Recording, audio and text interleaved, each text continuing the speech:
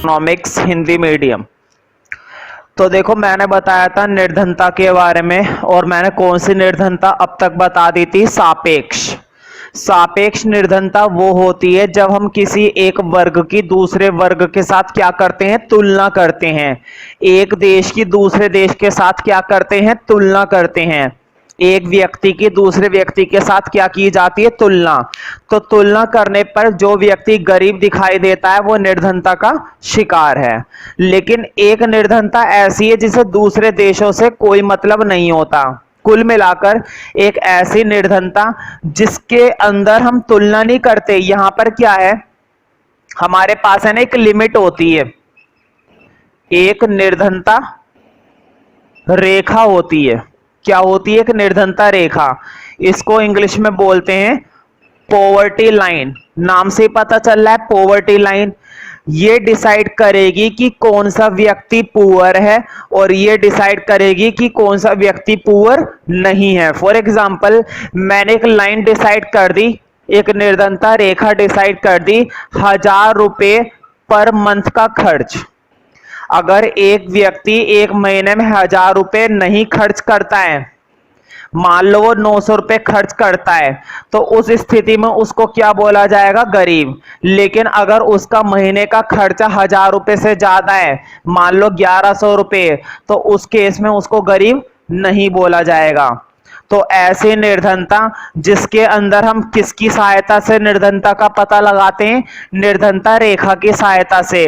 निर्धनता रेखा हमें बताती है कि कौन सा व्यक्ति पुअर है, और निर्धनता रेखा हमें बताती है कि कौन सा व्यक्ति पुअर नहीं है। जिस व्यक्ति के महीने का खर्च इस रेखा से नीचे आता है उसको हम मानते हैं गरीब, और जिस व्यक्ति का खर्च इस रेखा से ऊपर आता है उस व्यक्ति को हम गरीब नहीं मानते। तो क्वेश्चन ये है कि निर्धनता रेखा कैसे बनाई जाए।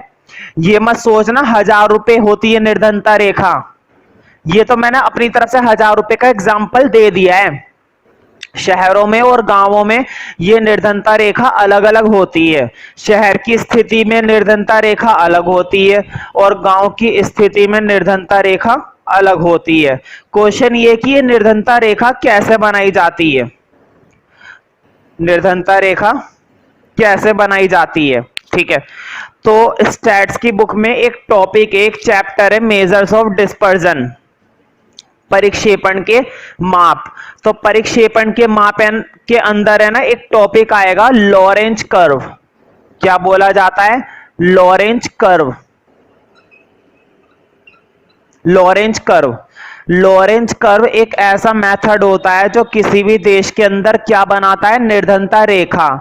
एक देश की निर्धनता रेखा कितनी होनी चाहिए, इस बात का फैसला हम किस विधि की सहायता से लेते हैं, लॉरेंज कर्व की सहायता से। फिर निर्धनता रेखा कैसे बनाई जाती है, ये क्या चीज है लॉरेंज कर्व, इसकी खासियत क्या होती है, ये सारी बातें अभी पढ़ने की जरूरत नहीं है, क्योंकि हम बुक 2 के अंदर हैं समय, और बुक 2 के अंदर ड्रॉ करने का कोई काम नहीं है, वो तो न्यूमेरिकल का काम है, वो मैं कराऊंगा तुम्हें स्टैट्स के अंदर, ठीक है। यहां पर करने का काम नहीं है, यहां पर तो तुम्हें बस एक इसका मतलब समझना है कि निर्धनता रेखा है क्या चीज। तो तुम्हें समझ में आ गया है, निर्धनता रेखा हम उस रेखा को कहते हैं जो गरीब और जो गरीब नहीं है दोनों को अलग अलग कर देती है। कौन से व्यक्ति गरीब माने जाएंगे और कौन से व्यक्ति गरीब नहीं माने जाएंगे, उन दोनों के बीच में डिफरेंशिएट करने का काम कौन सी रेखा करती है, निर्धनता रेखा। ये हमारी मदद करती है गरीबों को और जो गरीब नहीं है उनको अलग करने में, ठीक है। तो ऐसी निर्धनता होती है निरपेक्ष निर्धनता, जो कि अब कैपिटल बी टॉपिक डाल देना, मैंने कैपिटल ए के अंदर पढ़ाया था सापेक्ष निर्धनता, है ना। अब मैं पढ़ाऊंगा निरपेक्ष निर्धनता। निरपेक्ष निर्धनता को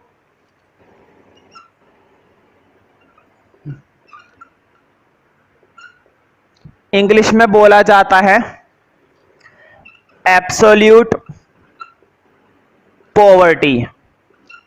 और यहां पर हम अपनी तुलना दूसरे देशों के साथ, यहां पर हम एक व्यक्ति की तुलना दूसरे व्यक्ति के साथ नहीं करते हैं। यहां पर हर एक व्यक्ति की आय को किसके अनुसार देखा जाता है? रेखा के अनुसार, कि उस व्यक्ति का खर्च रेखा से नीचे है या रेखा से ऊपर है, उस व्यक्ति की आय रेखा से नीचे है या रेखा से ऊपर है। इसका मतलब यहां पर गरीब है या नहीं है व्यक्ति, इस बात का फैसला किसके अनुसार किया जाता है? रेखा के अनुसार। ठीक है, जिस व्यक्ति की आय या जिस व्यक्ति का खर्च इस रेखा से नीचे आता है उसको हम मानते हैं गरीब, और जिस व्यक्ति की आय या जिस व्यक्ति का खर्च इस रेखा से ऊपर आता है उसे हम गरीब नहीं मानते हैं। ठीक है, तो पहले निरपेक्ष निर्धनता के आगे लिखना इसकी डेफिनेशन, फिर मैं बताऊंगा निर्धनता रेखा की परिभाषा, है ना। पहले निरपेक्ष निर्धनता की डेफिनेशन लिखो। भारत में निरपेक्ष निर्धनता को ज्ञात करने के लिए, भारत में निरपेक्ष निर्धनता को ज्ञात करने के लिए, निरपेक्ष निर्धनता को ज्ञात करने के लिए निर्धनता रेखा का प्रयोग किया जाता है। निर्धनता रेखा का प्रयोग किया जाता है। भारत में निरपेक्ष निर्धनता को ज्ञात करने के लिए निर्धनता रेखा का प्रयोग किया जाता है ना। मतलब निरपेक्ष निर्धनता का तभी पता चलेगा जब तुम रेखा की सहायता लोगे। तो कई बार एक नंबर में निर्धनता रेखा की डेफिनेशन आ चुकी है, पॉवर्टी लाइन की। ठीक है, तो नोट के अंदर लिख लो निर्धनता रेखा क्या चीज है। तो देखो कितनी आसान डेफिनेशन है। निर्धनता रेखा कहने का मतलब ऐसी रेखा जो हमें बताती है कि कौन सा व्यक्ति गरीब माना जाएगा और कौन सा व्यक्ति गरीब नहीं माना जाएगा। ठीक है, तो लिखो निर्धनता रेखा की परिभाषा नोट में, एक नंबर में कई बार आ चुकी है। लिखो, इस रेखा से अभिप्राय उस सीमा बिंदु से है, इस रेखा से अभिप्राय उस सीमा बिंदु से है। सीमा बिंदु कहने का मतलब वो लिमिट जिस लिमिट को क्रॉस करोगे या नहीं करोगे। ठीक है, इस रेखा से अभिप्राय उस सीमा बिंदु से है जो किसी क्षेत्र के को रहने देना, के कर दो, जो किसी क्षेत्र के लोगों को निर्धन तथा अनिर्धन, जो किसी क्षेत्र के लोगों को निर्धन तथा अनिर्धन में विभाजित करती है, जो किसी क्षेत्र के लोगों को निर्धन तथा अनिर्धन लोगों में, निर्धन तथा अनिर्धन लोगों में विभाजित, निर्धन तथा अनिर्धन लोगों में विभाजित करती है। मतलब इस रेखा के अनुसार हम एक क्षेत्र के निर्धन लोगों को और अनिर्धन लोगों को अलग कर सकते हैं। क्यों? उनसे क्या पूछी जाएगी? उनकी आय। जिनकी आय इस रेखा से नीचे आ रही होगी वो तो गरीब माने जाएंगे, और जिनकी आय इस रेखा से ऊपर आ रही होगी वो लोग गरीब नहीं माने जाएंगे। ठीक है, तो नंबर 2 में लिखो कि आखिर ये निर्धनता रेखा होती कितनी है। तो देखो, गरीब जो शहर होते हैं, शहर के अंदर निर्धनता रेखा अलग होती है और गांव वगैरह के अंदर निर्धनता रेखा अलग होती है। तो कई बार पेपर में आ चुकी है कि शहरों में निर्धनता रेखा कितनी निश्चित की जाती है सरकार द्वारा, और शहरों में कितनी, है ना, शहरों में और गांव में। ठीक है, तो देखो जो मैं निर्धनता रेखा लिखवा रहा हूं ना वो 2004 और 5 के अनुसार है। आज के समय में ये निर्धनता रेखा बदल चुकी है, मुझे भी मालूम है और तुम्हें भी मालूम है, लेकिन वो कितनी है ये बात मुझे नहीं मालूम, क्योंकि देखो भाई जो डाटा है, जो बुक्स हैं उसके अंदर पुराना डाटा चला आ रहा है। तो जो निर्धनता रेखा मैं लिखवाने वाला हूं, मैं खुद ही बता रहा हूं, 2004-5 के अनुसार है। तो पेपर में आता है तब भी तुम यही वाली लिख सकते हो, कोई दिक्कत नहीं है, ठीक है। तो लिखो नंबर 2 के अंदर, नोट में ही चल रहा है। नंबर 2 में लिखो, भारत में 2004-5, बोर्ड पे लिखा हुआ है, ऐसे लिखना है। भारत में 2004-5 के अनुसार ग्रामीण क्षेत्रों के लिए, भारत में 2004-5 के अनुसार ग्रामीण क्षेत्रों के लिए, ग्रामीण क्षेत्रों के लिए निर्धनता रेखा 672 रुपये 8 पैसे डिसाइड की गई है, मतलब निश्चित की गई है।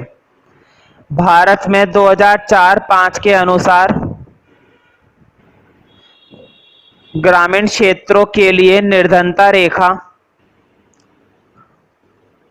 ग्रामीण क्षेत्रों के लिए निर्धनता रेखा 672 रुपये, इसको 80 पैसे भी बोल सकते हैं, ठीक है। 80 पैसे तो नहीं, 80 पैसे ही बोला जाएगा वैसे, 80 पैसे निश्चित की गई है, निश्चित की गई है। अब देखो 600 रुपए में, डॉलर में नहीं है, भारत की बात हो रही है तो रुपए में। हम दूसरे देशों के साथ कंपेयर थोड़ी ना कर रहे हैं जो डॉलर में बोलूंगा। डॉलर में तो हम तब बोलते हैं जब हम दूसरे देशों के साथ क्या करते हैं, तुलना करते हैं। लेकिन हम बात कर रहे हैं निरपेक्ष निर्धनता की, यहां पर तुलना नहीं होती है। तो इसी में लिख लो शहरों की, लिखो शहरों के लिए निर्धनता रेखा, शहरों के लिए निर्धनता रेखा, बोर्ड पे लिखा हुआ है 859 रुपये 60 पैसे है। 859 मतलब 859, 859.60 पैसे हैं, है ना। शहरों के लिए इतनी है और ग्रामीण क्षेत्रों के लिए इतनी है। शहरों में ज्यादा है ना, क्योंकि शहरों से उम्मीद ज्यादा होती है। तो जो व्यक्ति, जिस व्यक्ति की आय या जिस व्यक्ति का एक महीने का खर्च इससे कम होता है उसको मेरी तरह क्या मान लिया जाता है, गरीब। और जिस व्यक्ति का आय या जिस व्यक्ति का खर्च इस आय से या इस रेखा से अधिक होता है उन व्यक्तियों को गरीब नहीं माना जाता है, तुम्हारी तरह, ठीक है। तो नंबर 3 में ये बात लिख लो, लिखो जिनका प्रति मास उपभोग, बोर्ड पे लिखा हुआ है प्रति मास उपभोग, उपभोग के ब्रैकेट में लिखना चाहो ना तो लिख सकते हो खर्च, है ना। सिंपल भाषा में एक शब्द लिखना चाहो तो लिख सकते हो खर्च। और मास का तो मतलब तुम्हें मालूम ही है, महीना, है ना। मतलब जिनका महीने का खर्च इस रेखा से कम है वो गरीब है, और जिनका महीने का खर्च इस रेखा से ज्यादा है तो वो गरीब नहीं है। तो लिखो जिनका प्रति मास उपभोग निर्धनता रेखा से कम होता है उन्हें निरपेक्ष रूप से गरीब माना जाता है। जिनका प्रति मास खर्च या प्रति मास उपभोग निर्धनता रेखा से कम होता है, निर्धनता रेखा से कम होता है, उन्हें निरपेक्ष रूप से गरीब माना जाता है। उन्हें निरपेक्ष रूप से, उन्हें निरपेक्ष रूप से गरीब माना जाता है, निरपेक्ष रूप से गरीब माना जाता है, ठीक है।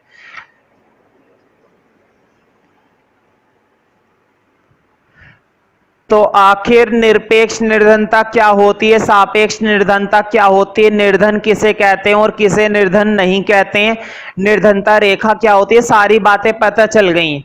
क्वेश्चन ये है कि अगर भारत के अंदर इतनी निर्धनता पाई जाती है, भारत के अंदर इतने ज्यादा लोग गरीब हैं, भारत के अंदर, भारत को बताओ पूरे वर्ल्ड में गरीब देशों में गिना जाता है। बताओ कितनी बुरी बात है, कितनी छोटी सी बात है वैसे तो कि हमारी गिनती पूरे संसार के गरीब देशों में आती है। तो देखो कितनी बुरी बात है, लेकिन कभी हमने इसके पीछे रीजन नहीं सोचा कि आखिर क्या कारण है।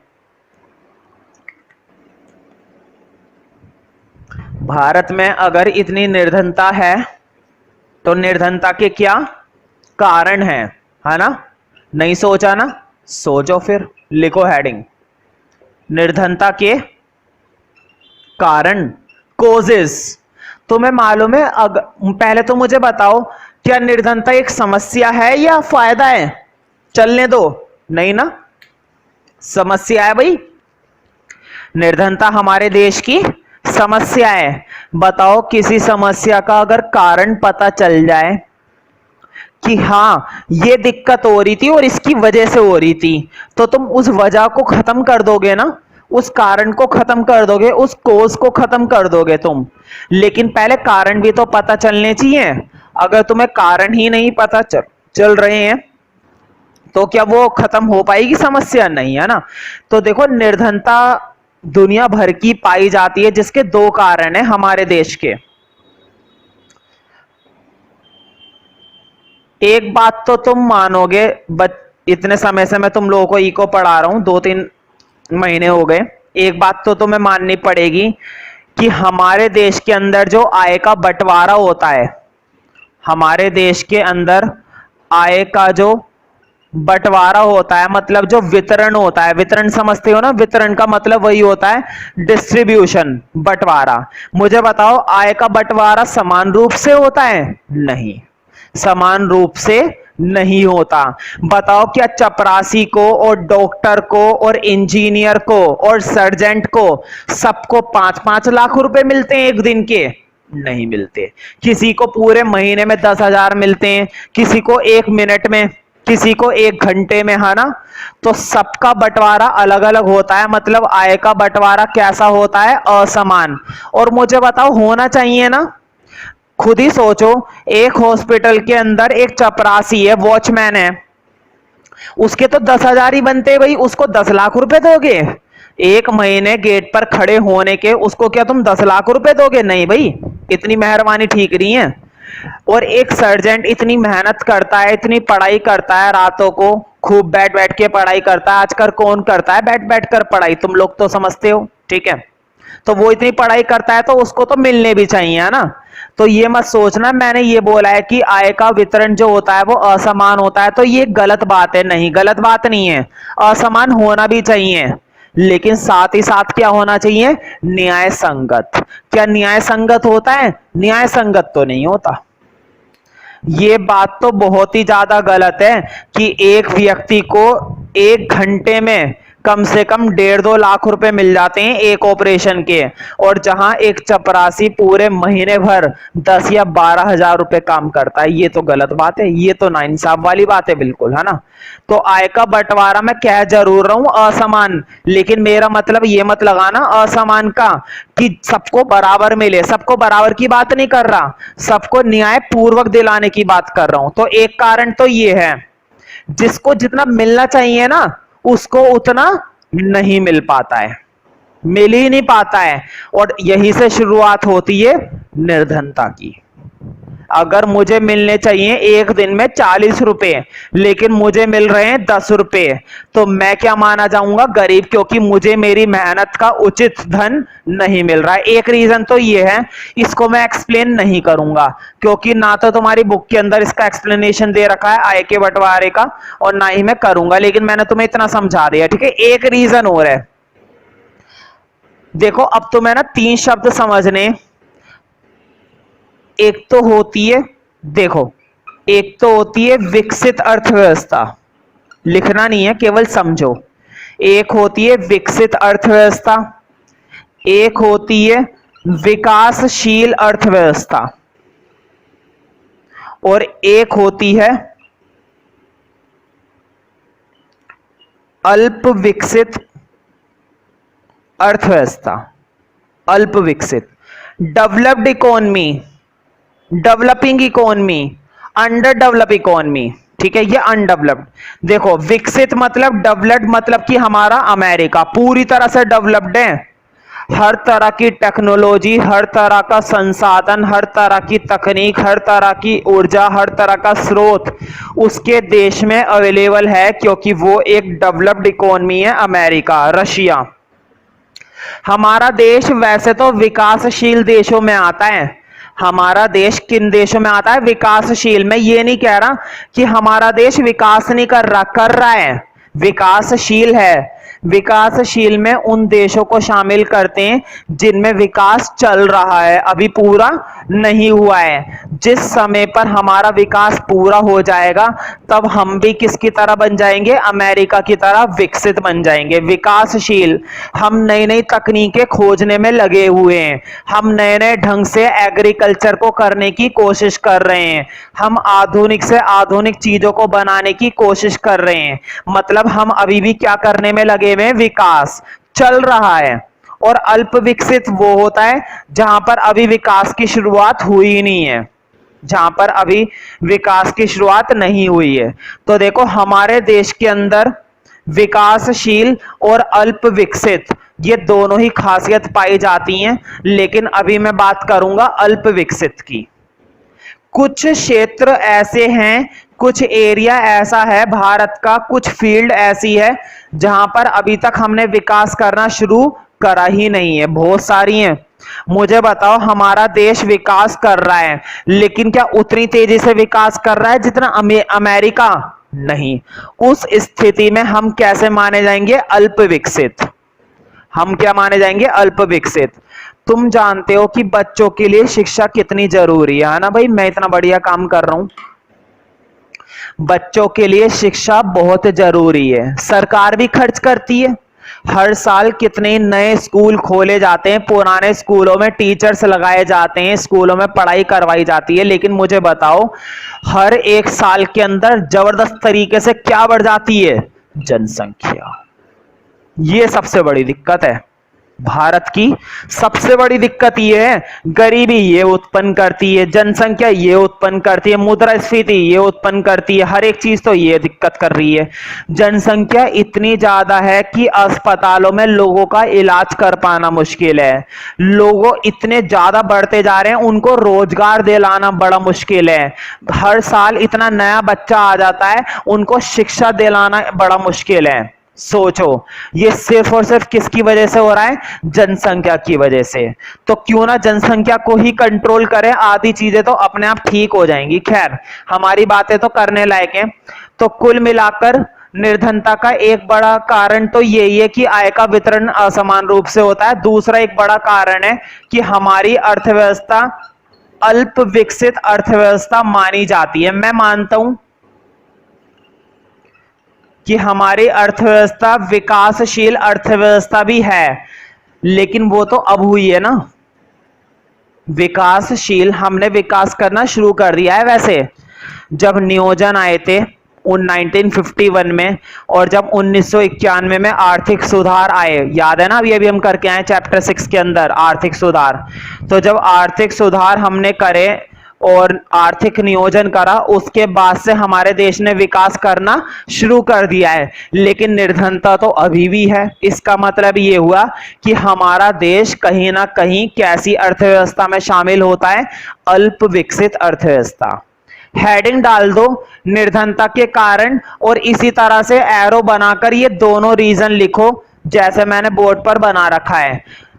अगर नोट करने में समय लग रहा है तो वीडियो पॉज करके पहले हेडिंग वाइज ऐसे ही बनाओ। इससे क्या होता है, ड्रॉ करने से चीजें ज्यादा समझ में आती हैं। ठीक है। तो निर्धनता का एक कारण था अल्प विकसित और आय का वितरण असमान रूप से। ठीक है। तो देखो, हम एक्सप्लेन करेंगे कौन सा वाला, कि हमारा देश क्या है? अल्प विकसित है। हमारे देश की अर्थव्यवस्था कैसी अर्थव्यवस्था है? अल्प विकसित अर्थव्यवस्था। तो कैपिटल ए टॉपिक डालो।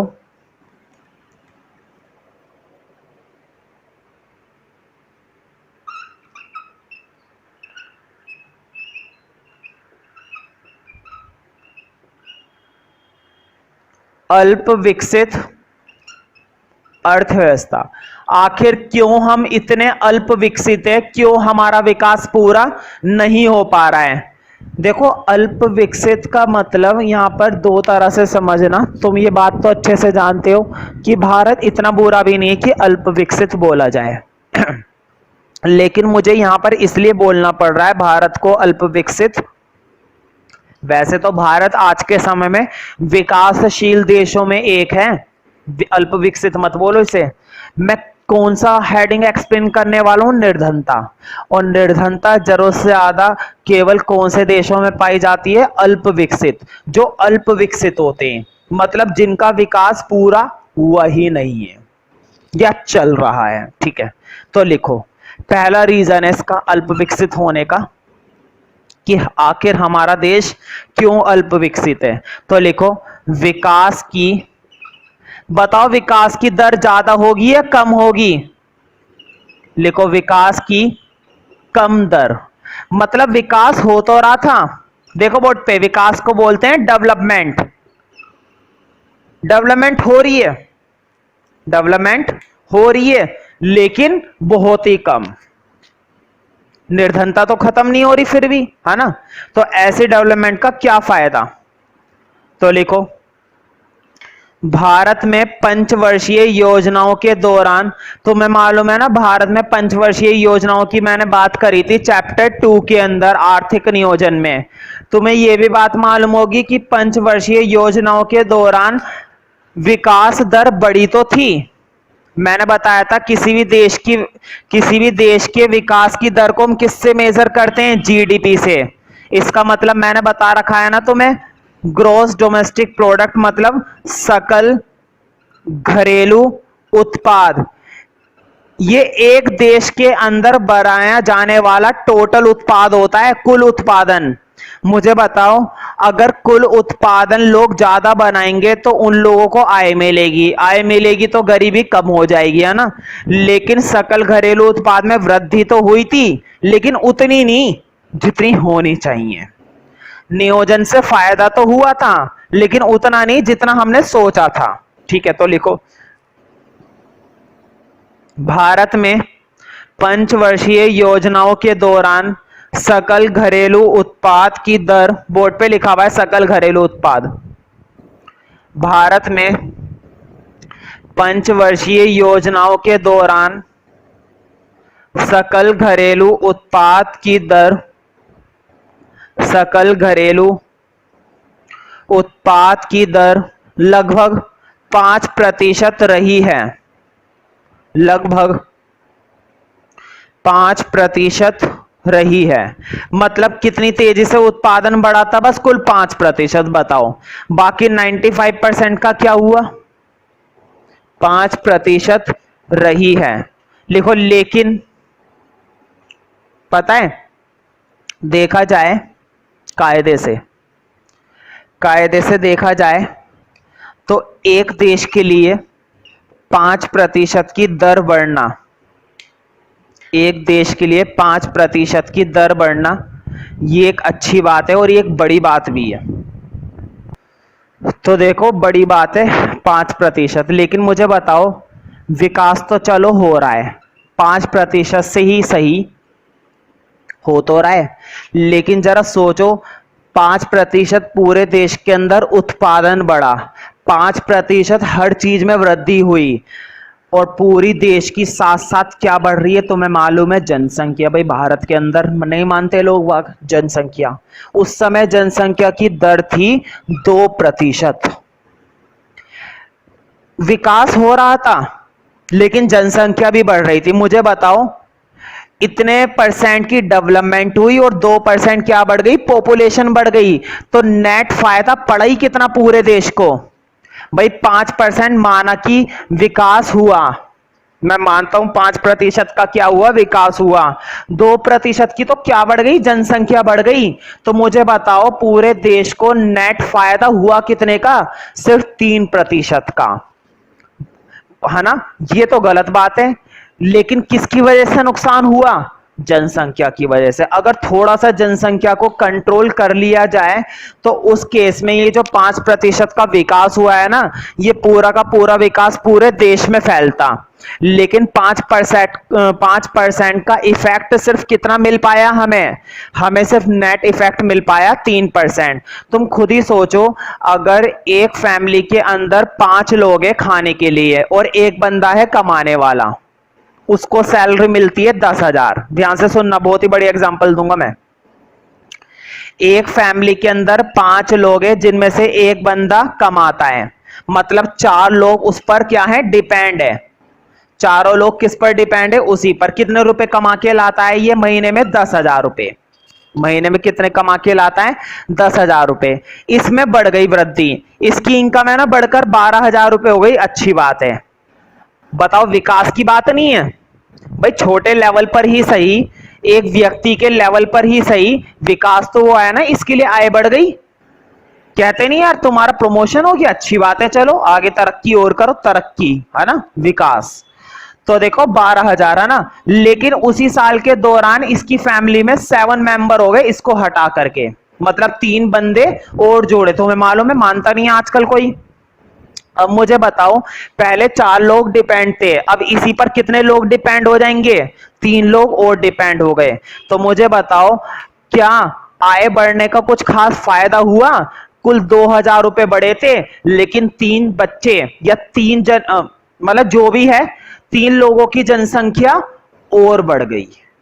अब तुम सोचो, ये तो एक छोटे से परिवार के लेवल पर है, सोचो राज्य के लेवल पर, पूरे देश के लेवल पर क्या हाल होता है। ऐसा पाया जाता है कि हर 1 सेकंड के अंदर कितनी तबीयत से जनसंख्या बढ़ रही है, हर 1 सेकंड के अंदर।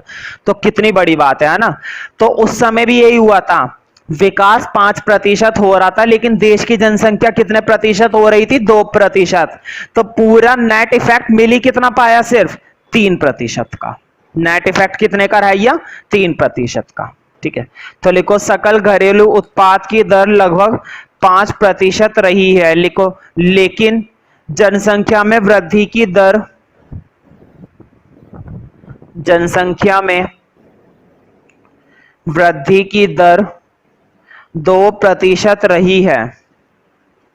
जनसंख्या में वृद्धि की दर 2% रही है, 2% रही है, जिससे विकास में वृद्धि केवल, मुझे बताओ विकास कुल कितना प्रतिशत का हुआ? 5% का हुआ? नहीं भाई, 2% तो जनसंख्या ही बढ़ गई। नेट इफेक्ट कितने का मिल पाया पूरे देश को? 3% का। लिख लो, जनसंख्या में वृद्धि की दर 2% रही है, लिखो, जिससे विकास में वृद्धि केवल 3% हुई है, जिससे विकास में वृद्धि केवल 3% हुई है।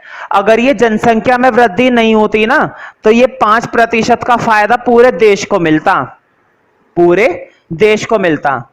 जनसंख्या में वृद्धि की दर 2% रही है, जिससे विकास में वृद्धि केवल 3% की हुई है। इतनी कम दर के कारण, इतनी कम दर के कारण निर्धनता में वृद्धि हुई है, और निर्धनता बढ़ गई। इतनी कम दर के कारण निर्धनता में वृद्धि हुई है, इतनी कम दर के कारण निर्धनता में वृद्धि हुई है, निर्धनता में वृद्धि हुई है। ठीक है, तो देखो, जनसंख्या खुद एक बुराई है जो दूसरी चीजों को बढ़ाती है। ये लोगों में बेरोजगारी बढ़ाती है, लोगों में शिक्षा को कम करती है, लोगों में निर्धनता बढ़ाती है, विकास को कम करती है ना। देखो, 5% का था विकास, लेकिन जनसंख्या की वजह से कितने प्रतिशत का रह गया? सिर्फ 3% का, है ना। तो जनसंख्या का इतना ज्यादा दबाव है, क्या सभी को रोजगार मिल पाएगा? नहीं मिल पाएगा। और मुझे बताओ, जब रोजगार ही नहीं है तो उन लोगों की बिल्कुल भी क्या नहीं होगी? आय नहीं होगी, पैसा नहीं होगा। और जब आय नहीं है तो उस केस में क्या बढ़ेगी? निर्धनता बढ़ेगी। इसका मतलब ये हुआ कि जनसंख्या एक मुख्य कारण है गरीबी का। तो लिखो नंबर 2, लिखो जनसंख्या, हेडिंग डाल दो नंबर 2 के अंदर, जनसंख्या का अधिक दबाव, है ना। मतलब पॉपुलेशन का प्रेशर बहुत बढ़ रहा था, इतना हाई प्रेशर था कि गवर्नमेंट को संभाल पाना बड़ा मुश्किल था। लिखो जनसंख्या का अधिक दबाव, प्रेशर, है ना। भारत में जनसंख्या द्रुत गति से बढ़ रही है। बोर्ड पे लिखा हुआ है द्रुत गति। देखो द के नीचे रा भी लगाना है और मात्रा भी लगानी है, इसे बोलते हैं द्रुत गति। अभी मैं मतलब बता दूंगा इसका क्या है। द्रुत गति लिख लो पहले। भारत में जनसंख्या द्रुत गति से बढ़ रही है। द्रुत गति का मतलब होता है भयानक रूप से, बहुत ही भयानक गति से, बहुत तेज गति से, अत्यधिक तेज, ठीक है, अत्यधिक तेज। भारत में जनसंख्या द्रुत गति से बढ़ रही है। 1941 टू 51 ऐसे लिखना है। 1941 से 51 में जनसंख्या में वृद्धि दर 1% थी। बताओ, सिर्फ 1%, कितनी कम है। मतलब पूरे साल में पॉपुलेशन किस रेट से बढ़ती थी, 1% से। बताओ कितनी कम है। लेकिन अब जरा गौर करो, लिखो ये 1991 में 1991 2001, ये 1991 में 1991 से लेकर 2001 में 2.1% हो गई। तुम सोच रहे होंगे कि भैया दुगनी तो हो गई, बस क्या दिक्कत है। नहीं, अभी मैं बताऊंगा कितनी गुना हो गई फिर ये। देखो 1% से मैं मानता हूं 2% हुई है, लेकिन तुम्हें ये बात जानकर हैरानी होगी कि आज के समय में हमारे देश में 125 करोड़ लोगों की जनसंख्या है। 125 करोड़। अभी देखो जरा, अभी तो तुम्हें प्रतिशत में ज्यादा बड़ी बात नहीं लग रही, तुम्हें प्रतिशत में नॉर्मल लग रहा होगा कि 1% थी 2% हो गई तो क्या हो गया। अभी देखो जरा, जब मैं आंकड़े बताऊंगा आंकड़े कितने हैवी हैं। देखो ये है 1991 से 2001 में 2.1% हो गई है। अब जरा आंकड़े लिखना, ये तो परसेंटेज में बताई है ना मैंने, अब मैं तुम्हें बताऊंगा वास्तव में जनसंख्या है कितनी। 2.1% हो गई है। उसके बाद लिखो 2011 में भारत की जनसंख्या, 2011 में भारत की जनसंख्या 120 करोड़, भारत की जनसंख्या 120 करोड़ से भी अधिक हो गई है। बताओ 120 करोड़ से भी अधिक।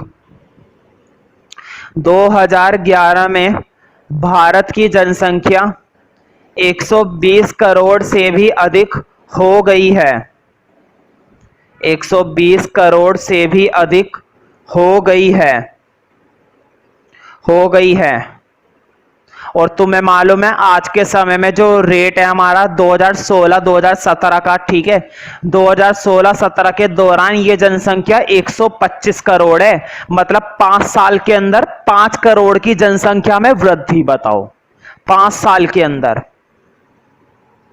मतलब 10 साल के अंदर 10 करोड़ में वृद्धि, 20 साल के अंदर 20 करोड़ में वृद्धि। ये तो हालत खराब हो जाएगी भाई। लिखो 2011 में भारत की जनसंख्या 120 करोड़ से भी अधिक हो गई है। लिखो अधिक जनसंख्या के कारण, अधिक जनसंख्या के कारण लोगों में निर्भरता बढ़ती है। अभी मैं मतलब समझाता हूं इसका। अधिक जनसंख्या के कारण लोगों में निर्भरता बढ़ती है, जिससे निर्धनता और भी ज्यादा होती है।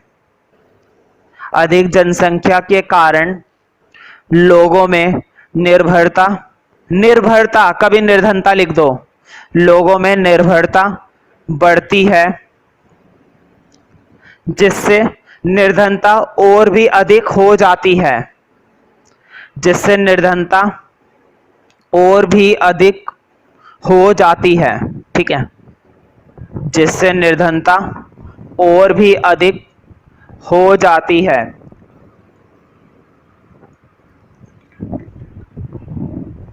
निर्धनता और भी अधिक हो जाती है। तो देखो मैंने बताया था जनसंख्या से निर्भरता बढ़ती है। देखो वही वाला एग्जांपल दूंगा। पहले एक फैमिली के अंदर 5 लोग थे, 5 लोग इस पर डिपेंड थे, इस एक बंदे पर। अगली ही साल इस फैमिली में 8 लोग हो गए। अब कितने डिपेंड हो गए? 3 लोग और, मतलब 8 लोग। निर्भरता बढ़ी ना, इसका मतलब ये हुआ जनसंख्या बढ़ेगी तो लोग एक दूसरे पर ज्यादा से ज्यादा क्या हो जाते हैं? डिपेंड। डिपेंड का मतलब होता है निर्भर हो जाना। कहते नहीं है यार मैं तो इसी पर निर्भर हूं, बस मेरा इसके अलावा कोई और चारा नहीं है, मैं तो इसी पर डिपेंड रहता हूं। तो निर्भरता बहुत बढ़ती है। कई बार पेपर में आ चुका है, जनसंख्या अधिक होने से निर्भरता कैसे बढ़ती है समझाइए 3 नंबर में। तो तुम्हें वहां पर यही पॉइंट एक्सप्लेन कर देना है। और जो एग्जाम्पल मैंने दिया है ना परिवार वाला, ये परिवार वाला फैमिली वाला एग्जाम्पल ही तुम एक्सप्लेन कर सकते हो अपने टेस्ट में या पेपर में। बोर्ड पे देखो, एक देश के अंदर उत्पादन बहुत ही कम है। उत्पादन समझते हो ना? एक देश के अंदर जरूरत की वस्तुएं, जरूरत की चीजें, जरूरत की सेवाएं, अनाज वगैरह सब बहुत कम है, उत्पादन बहुत कम है, लेकिन जनसंख्या बहुत ज्यादा है।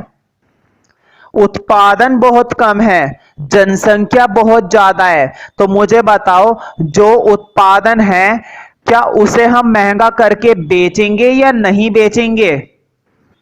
मान लो एक छोटा सा एग्जांपल लेता हूं, इकोनॉमिक्स के हिसाब से एग्जांपल लेता हूं, आलूओं का, सब्जियों का एग्जांपल लेते हैं।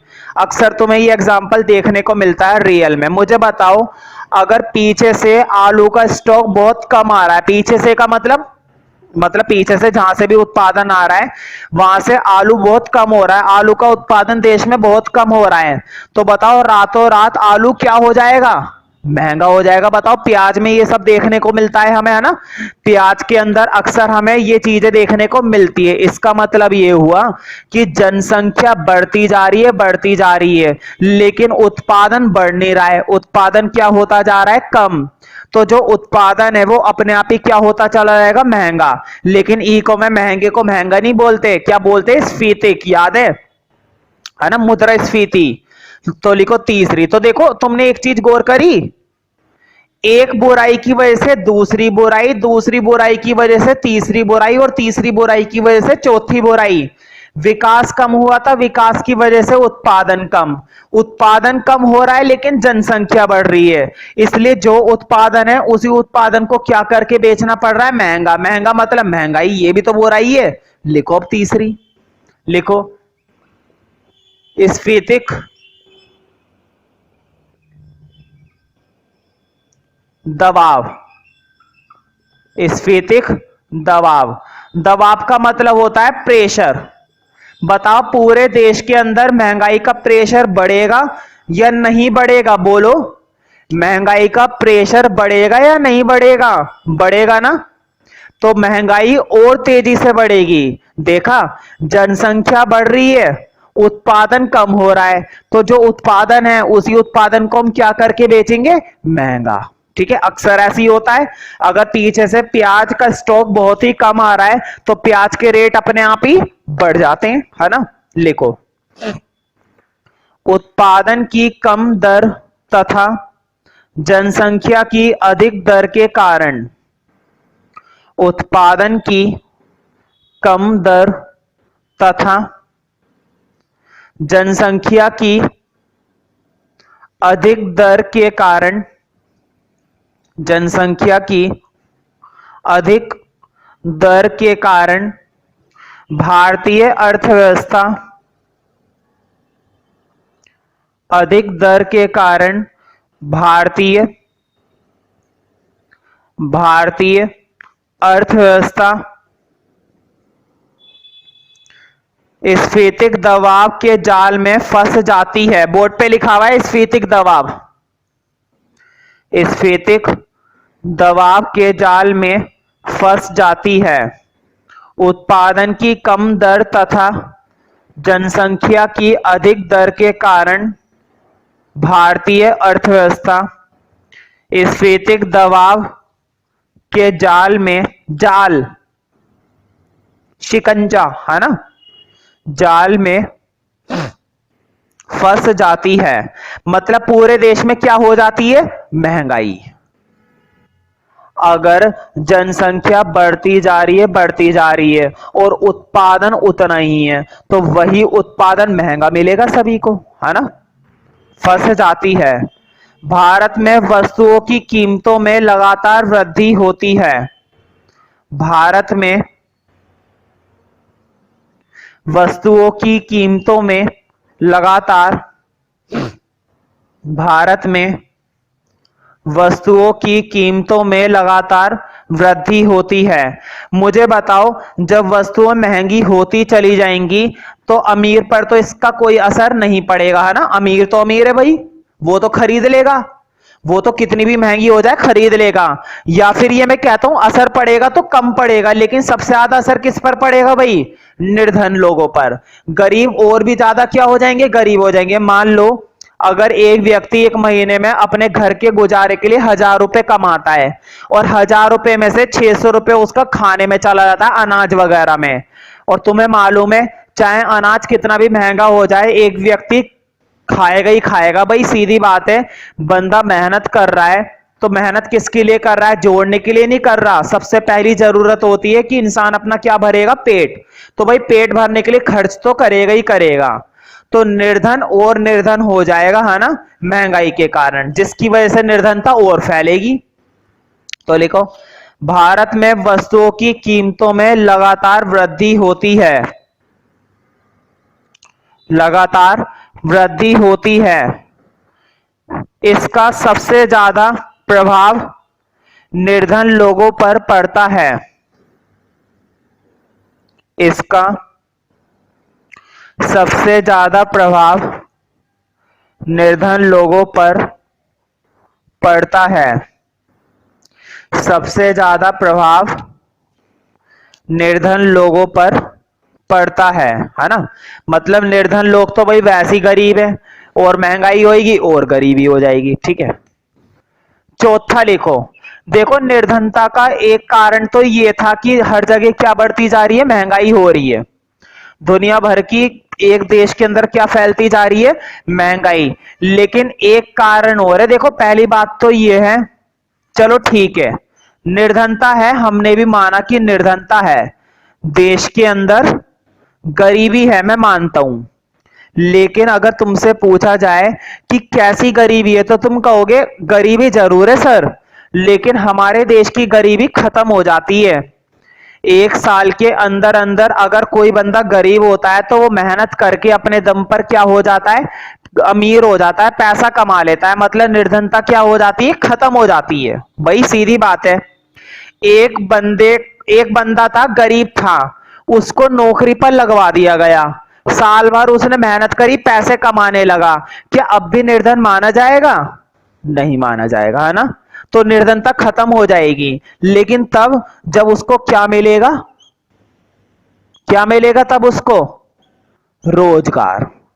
लेकिन क्या हमारे देश के अंदर ऐसा होता है?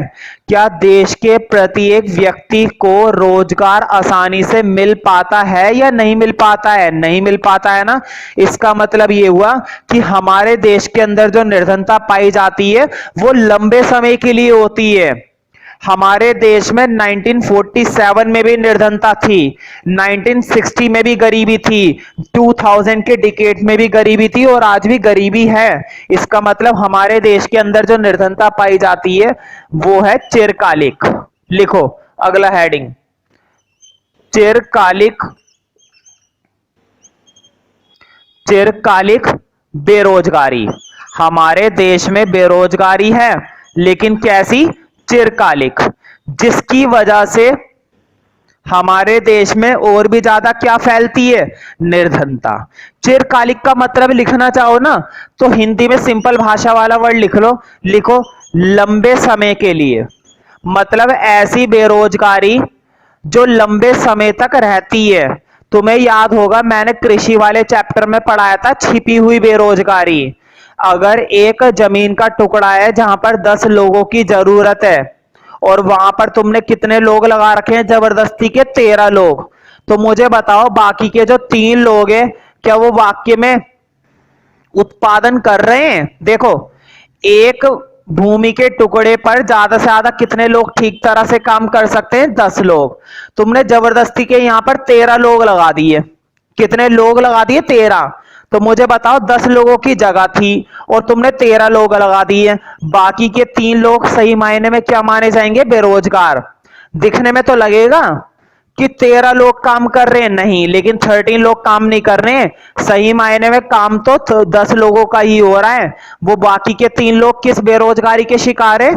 छिपी हुई बेरोजगारी के। तो देखो, गांव के अंदर तो दिखाई भी नहीं देती बेरोजगारी, छिपी हुई बेरोजगारी पाई जाती है। कम से कम शहरों की बेरोजगारी दिखाई तो देती है कि हाँ बंदा एजुकेटेड है, लेकिन फिर भी इसके पास करने के लिए कोई काम नहीं है। लेकिन गांव के अंदर क्या होता है? गांव के अंदर जो बेरोजगारी होती है वो तो पता ही नहीं चलेगी, ऐसा लगेगा सब लोग काम कर रहे हैं। एक मूर्ख इंसान क्या बोलेगा? हाँ भाई 13 लोग काम कर रहे हैं, भाई अंधाधुंध काम हो रहा है। नहीं, तुम जानते हो सही मायने में काम कितने लोग कर रहे हैं? बस 10 लोग। बल्कि वो बाकी के 3 लोग सही मायने में क्या है? बेरोजगार हैं। तो इसे कहते हैं हम छिपी हुई बेरोजगारी। तो शहरों की बेरोजगारी कम से कम दिखाई तो देती है, लेकिन गांव की बेरोजगारी तो कैसी होती है? छिपी हुई होती है, दिखाई भी नहीं देती। ठीक है, तो लिखो चिरकालिक बेरोजगारी में। भारत में चिरकालिक बेरोजगारी, भारत में चिरकालिक बेरोजगारी अधिक पाई जाती है। चिरकालिक मतलब लंबे समय तक पाई जाने वाली, जो कभी खत्म ही नहीं होती है। भारत में चिरकालिक बेरोजगारी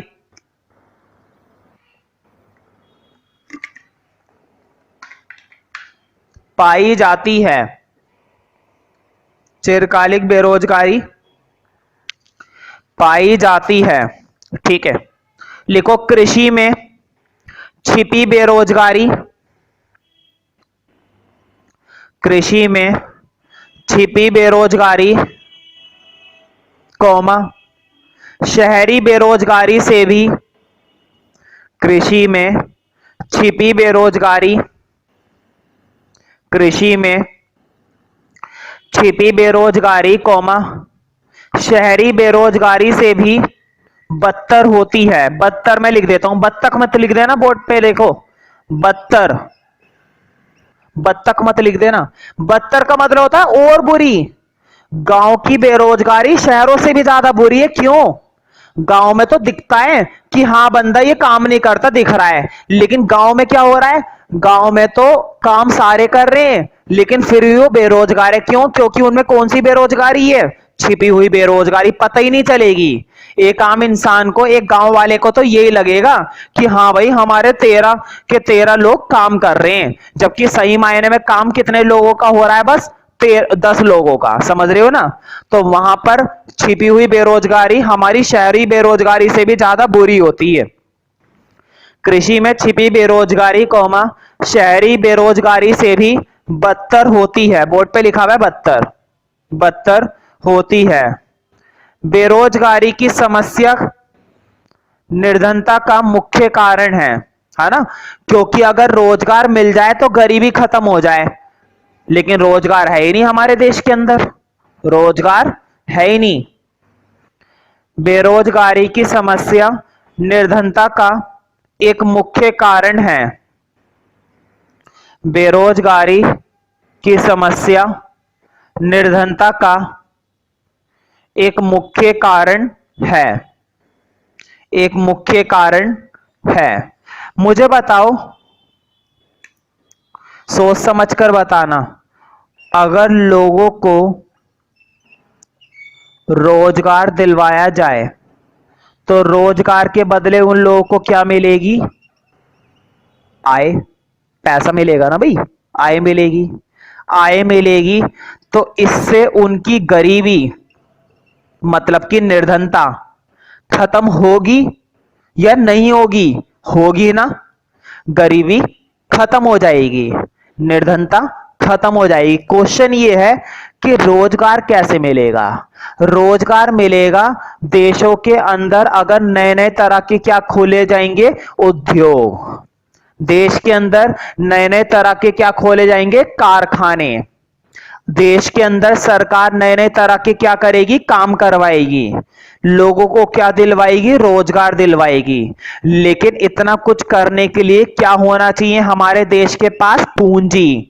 पूंजी समझते हो? पूंजी मतलब पैसा, टेक्नोलॉजी, संसाधन। क्या ये भरपूर मात्रा में होते हैं हमारे पास? नहीं होते, तुम भी जानते हो। हमारे देश की हालत पूंजी के मुकाबले सबसे कम है। हमारे देश में पूंजी हमेशा से क्या रही है, कम रही है। देखो, पूंजी की वजह से उद्योग नहीं खुल पाते, और जब उद्योग नहीं खुल पा रहे हैं तो लोगों को रोजगार कहां से मिलेगा, और रोजगार ही नहीं मिलेगा तो लोगों के पास पैसे कहां से आएंगे, और जब पैसे नहीं आएंगे तो वो हमेशा क्या बने रहेंगे, गरीब बने रहेंगे। ये बात समझ में आ रही है ना? देखो कितना आसान पॉइंट है। उद्योग तो तभी खोलोगे ना जब हमारे देश के लोगों के पास, सरकार के पास ज्यादा मात्रा में क्या होगी, पूंजी होगी। लेकिन हमारे देश के अंदर हमेशा से पूंजी की क्या रही है, कमी रही है। तो एक कारण और है गरीबी होने का, निर्धनता होने का। लिखो, पूंजी की अपर्याप्तता। अभी मैं मतलब बता दूंगा इसका क्या होता है। पूंजी की अपर्याप्तता,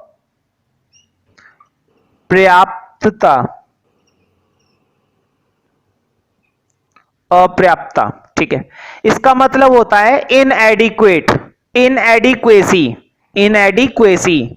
इसका मतलब ये होता है कि जितने की जरूरत है उतने से कम। पास होने के लिए 40 नंबर चाहिए, मान लो पास होने के लिए तुम्हें इको में कितने नंबर चाहिए, 40 चाहिए, लेकिन तुम्हारे कितने आए, 35 आए। क्या पास हो पाओगे? नहीं, है ना? हमारे देश में उद्योग खोलने के लिए खूब क्या चाहिए होती है, पूंजी। लेकिन क्या उतनी पूंजी हमारे पास होती है? नहीं होती, क्योंकि पूंजी हमेशा कैसी होती है हमारे देश में, अपर्याप्त। मतलब जितने की जरूरत है उतने से कम, ठीक है। और तुम्हें मालूम है बड़े से बड़ा देश भी विकास तभी करता है जब उसके पास खूब क्या होता है, पैसा। क्योंकि पैसों से वो क्या खोलेगा, कारखाने। कारखानों में लोगों को क्या मिलेगा, रोजगार। रोजगार मिलेगा तो लोगों की क्या जनरेट होगी, इनकम। और अगर इनकम आएगी तो गरीबी खत्म, है ना? देखो कितना आसान है, लेकिन इतना आसान भी नहीं है देश के अंदर लगाना, ठीक है। लिखो, अधिक विकास के लिए अधिक पूंजी की आवश्यकता होती है। अधिक विकास के लिए अधिक पूंजी की आवश्यकता, अधिक विकास के लिए अधिक पूंजी की आवश्यकता होती है। अधिक पूंजी की आवश्यकता होती है, लेकिन दुर्भाग्यवश, मैं बोर्ड पे लिख देता हूं, दुर्भाग्यवश। दुर्भाग्यवश का मतलब होता है बदकिस्मती से। तुम ये वर्ड लिख लो बस। लेकिन दुर्भाग्यवश पूंजी का स्टॉक, स्टॉक मैं बोर्ड पे लिख देता हूं। बताओ क्या पूंजी का स्टॉक हमारे पास इतना होता है हमेशा? नहीं होता है, कमी होता है ना? लिखो, लेकिन दुर्भाग्यवश पूंजी का स्टॉक अभी भी आवश्यकता की तुलना में, पूंजी का स्टॉक अभी भी आवश्यकता की तुलना में कम है। पूंजी का स्टॉक अभी भी आवश्यकता की तुलना में कम है, जिससे उत्पादन में कमी होती है। जिससे, भाई जब पैसा ही नहीं है तो उत्पादन कहां से होगा? जिससे उत्पादन में कमी होती है और निर्धनता अधिक हो जाती है। जिससे उत्पादन में कमी होती है और निर्धनता अधिक हो जाती है। निर्धनता अधिक हो जाती है।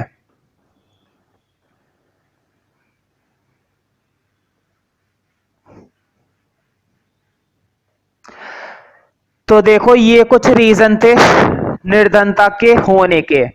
पता है जब किसी समस्या का कारण पता चल जाता है ना, किसी समस्या का कारण पता चल जाता है तो उस समस्या से छुटकारा पाना आसान हो जाता है ना, क्योंकि उस समस्या को हम खत्म करने में लग जाएंगे।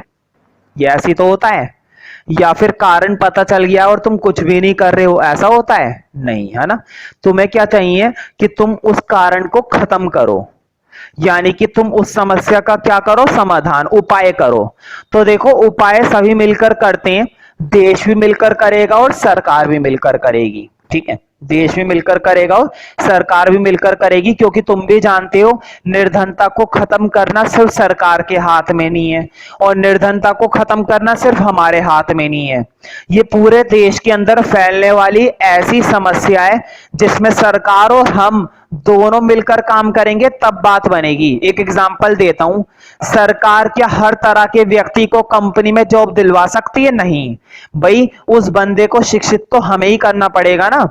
हम खुद को एजुकेट करेंगे, सरकार सिर्फ क्या करेगी, हेल्प करेगी। ठीक है, तो एजुकेशन तो हमें ही चाहिए। आज के समय में कितने ही लोग ये मानते हैं कि एजुकेशन जरूरी नहीं है। बहुत से लोग हैं आज के समय में भी जो ये मानकर चलते हैं कि एजुकेशन जरूरी नहीं है। तो सरकार तो भाई स्कूल खोल सकती है, तुम्हें ला ला के तो बिठाएगी नहीं, है ना। पढ़ने के लिए तुम्हें खुद ही जाना है और अपनी सोच को तुम्हें खुद ही बदलना है। यानी कि सरकार और हम मिलकर काम करेंगे तब कुछ बात बनेगी। ठीक है।